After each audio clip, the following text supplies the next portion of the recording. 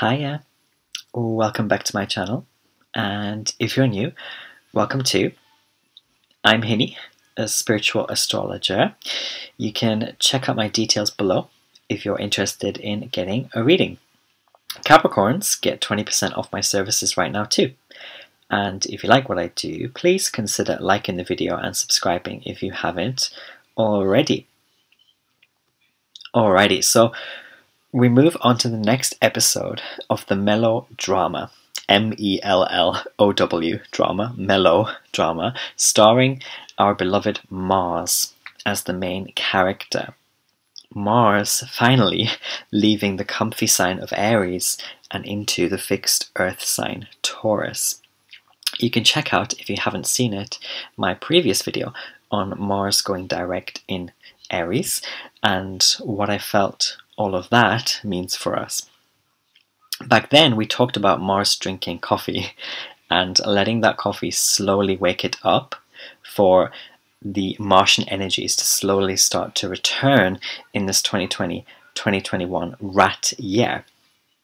And I feel the rat has done Mars some good, and that this transit through Taurus is going to be good too. Or it could so easily be good. A lot of us are sensing these rat energies by now. The basics, the survival basics, like just putting our masks on, staying at home, using our brains to crack this Rubik's Cube that we're about to get our hands on in Aquarius season. This can so easily gel well with Taurian energy, which really does offer us also this nice smooth transition into the metal ox year starting in February 2021.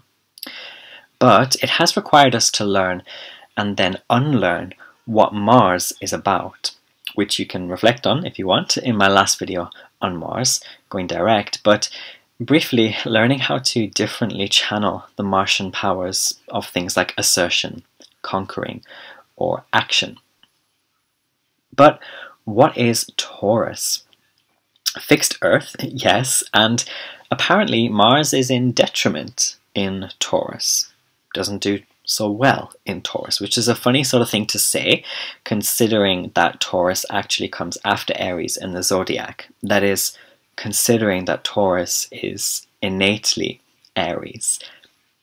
Maybe in your sort of textbook year, Mars going through Taurus would really be a bit of a bummer for us, like a sweet old lady coming over to tell us that if we want our cake, then we have to slog on for 200 more days than we had anticipated. 2020-2021, however, has pretty much from the beginning forced us to slam the brakes on our drive, to cut our ambitions short, to, in some cases, scrap our old selves and sit at home, and we're sort of sat still, but carving out templates for new future versions of ourselves. What I'm saying, I guess, is that this Mars in Taurus transit is only going to help us maintain that steady, patient, proper speed. Of course, Taurus is the cow, the bull, and we might find ourselves exhaling like when we're angry or frustrated, literally letting off steam maybe, or even saying it's okay through fake smiles and while gritting our teeth. But generally, so easily it can become more natural now for us to contain our anger and really start to also shed layers of our past, more selfish selves, getting us ready for the helpful and the genuine metal ox year.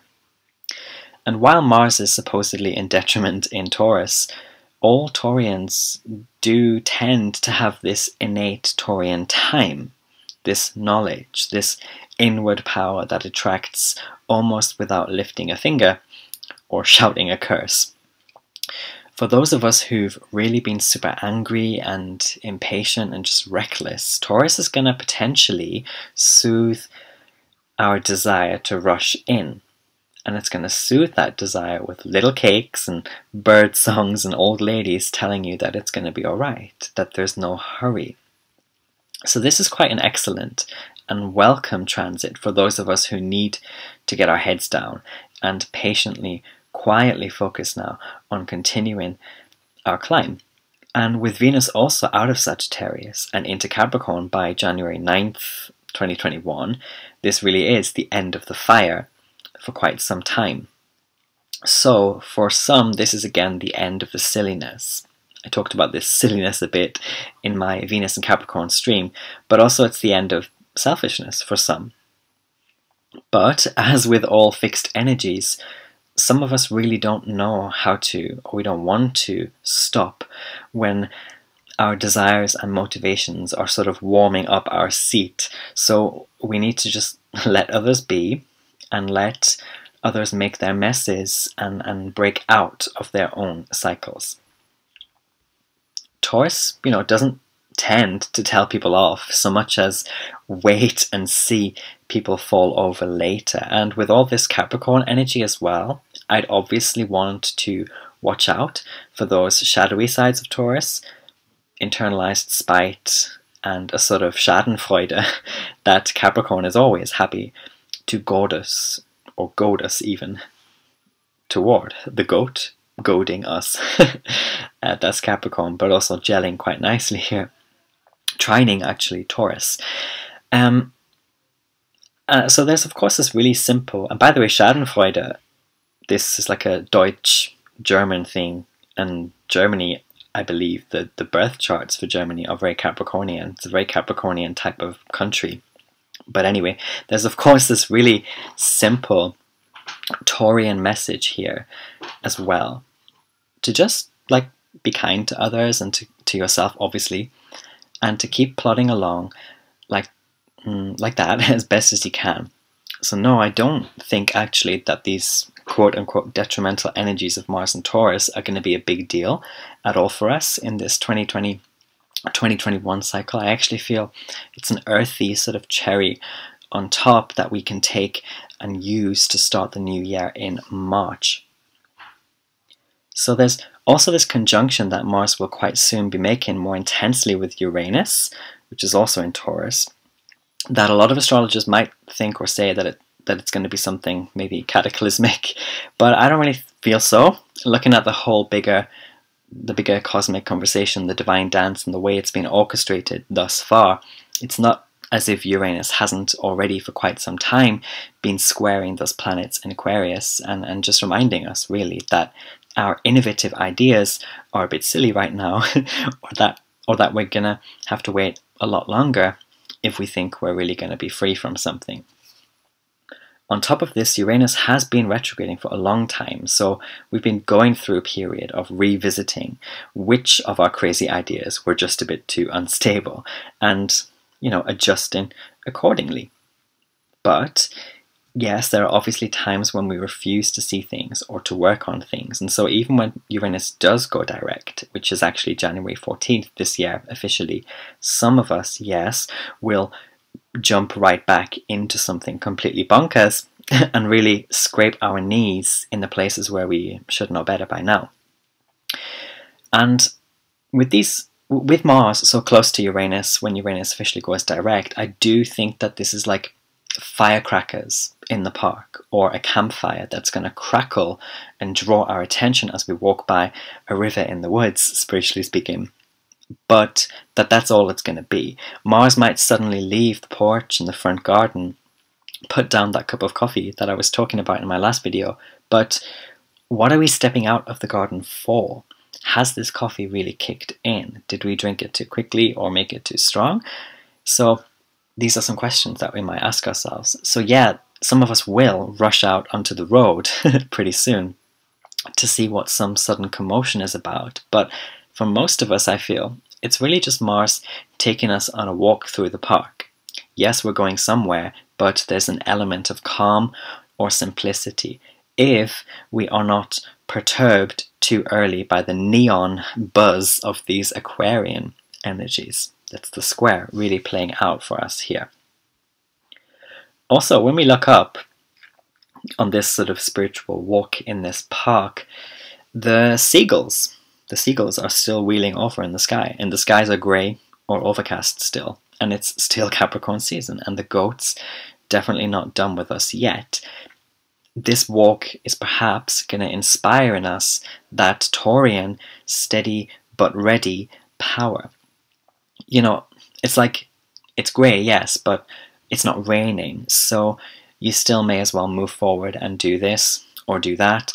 And this transit may really be the push needed for some people to get a grip somehow. And right now, even, it can be starting to help us push up this mountain if we've been struggling with Capricorn season and the push. Taurus is also kind of about the sniff, the sniff of things, of course, and whether or not things are sensible, like plain and simple. So there might be some restlessness developing if some of our new possessions don't look or feel right. It's a sort of reminder of what Capricorn season has brought us and will keep bringing us, the sort of prices we pay or the material contracts we enter. And of course, for many of us, at this time of the astral year, it shouldn't be a surprise if, like, it could be you yourself, but it could also be like a friend, relative or partner, but if someone ends up knocking over their shiny new toy, breaking it and having to, throw it away, reminding us quite simply of the give and take of it all. Finally, I do feel that this transit, for a lot of us, and again potentially so easily, will feel a bit like being on a moving train, but on the backward facing seat. It's a little bit odd, especially with Uranus here, but there's still some sense of security and lessons learned. There's that typical Taurian comfy vibe as well, that chill, which doesn't need to literally see the destination to know that it's going to reach that destination. So in some ways it's more of the same, this astrology and the energies. We are about to have a more placid bull join a goat on this climb up the mountain, with that clever little rat on our shoulder feeding us the strategy. I feel so long as our strategies aren't too selfish or driven by status alone, and so long as we're okay with a little awkwardness and the mysterious way that the universe takes things from us so as to give, we'll be fine. We'll keep on being fine. But for those who want to grow as well, this is an exciting, if quiet, moment of just walking through the park until you bump into things and people really worth writing about. So that's my little take on this Mars and Taurus transit. So, let us know in the comments if you have any natal placements in Taurus. I'd love to hear how this might affect you. Wishing you a brill Tuesday do day, and I'll see you again soon. Love ya. Mwah.